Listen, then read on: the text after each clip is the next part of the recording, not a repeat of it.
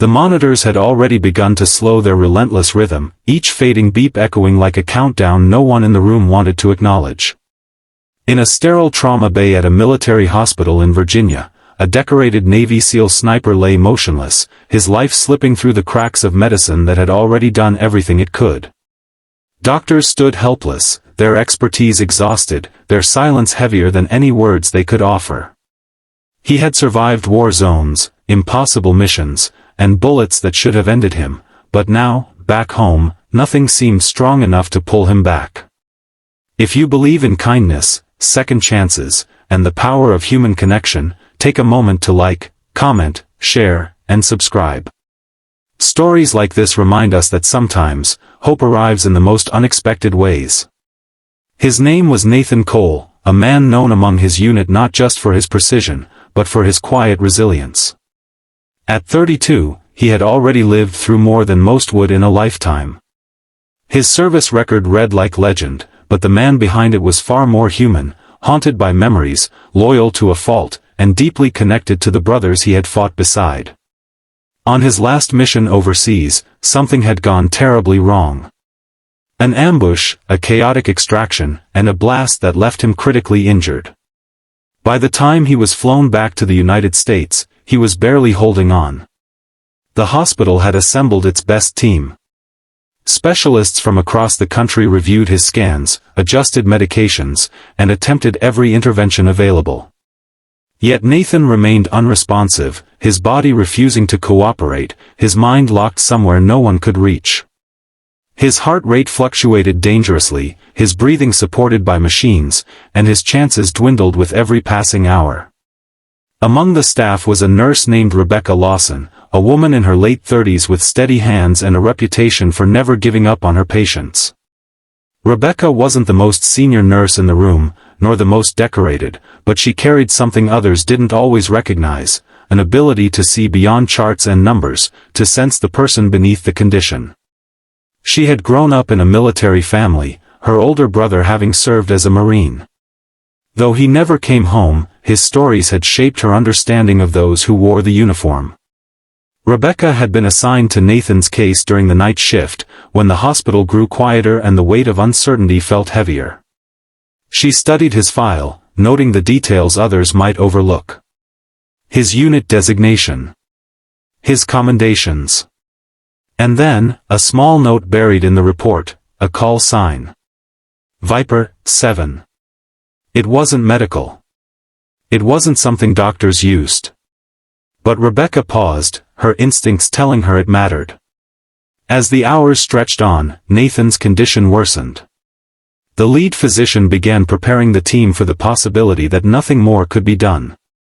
Machines beeped in uneven patterns, and the room filled with a quiet resignation. Rebecca stood by his bedside, watching the rise and fall of his chest, feeling a pull she couldn't ignore. She leaned closer, her voice soft but steady, cutting through the clinical silence. She didn't speak to him as a patient. She spoke to him as someone who had been somewhere far away. She called him by his call sign. The effect was subtle at first, so slight that anyone else might have dismissed it. A flicker in the monitor. A pause in the downward trend. Rebecca noticed immediately. Her heart raced, but she stayed calm, repeating the call sign again, this time with more conviction, as if she were reaching across whatever distance separated him from the world. Inside Nathan's mind, something stirred. He wasn't in the hospital. Not yet. He was back in the field, surrounded by dust, the distant echo of gunfire, and the voices of his team. He felt lost, disoriented, unable to find his way out of the chaos. And then, through the noise, he heard it, a familiar call. Viper, 7. It wasn't just a name. It was an anchor. A reminder of who he was, of the countless times he had responded to that call, of the responsibility and identity it carried. It cut through the confusion, guiding him like a signal in the dark. Back in the trauma bay, Rebecca continued, her voice unwavering. She spoke not just the call sign, but words of reassurance, of strength, of belonging. She reminded him, in her own way, that he wasn't alone, that someone was still calling him back. The monitors began to stabilize. Doctors turned, disbelief etched across their faces as numbers that had been falling started to hold steady. One of them stepped closer, checking the readings, unable to explain what was happening. Rebecca didn't stop. She stayed by his side, speaking to him as if he could hear every word. And maybe he could. Minutes passed, then longer. Nathan's breathing began to show signs of effort, subtle but undeniable. His heart rate found a rhythm that hadn't been there before. The room, once filled with quiet defeat, now buzzed with cautious hope. Rebecca felt tears well in her eyes but held her composure. She wasn't performing a miracle. She was simply refusing to give up. Slowly, impossibly, Nathan began to come back. When his eyes finally opened, it wasn't dramatic. There was no sudden movement, no cinematic gasp. Just a faint flutter, a glimpse of awareness returning to a man who had been slipping away. Rebecca was the first to notice. She leaned in, her voice softer now, almost a whisper, repeating the call sign one last time. Nathan's gaze shifted, unfocused at first, then gradually finding her. There was confusion, pain, and something else, recognition. Not of her face, but of the connection she had reached him with. The doctors moved quickly, adjusting equipment, confirming what they were seeing. It defied explanation, but they didn't question it. They acted, doing what they did best, now that Nathan had given them something to work with, a chance. In the days that followed, his recovery was slow but steady. He remained weak, his body healing from injuries that would take time and patience to overcome. But he was alive. Against all odds, he had made it back. Rebecca visited him when her shifts allowed, never seeking recognition, never expecting thanks.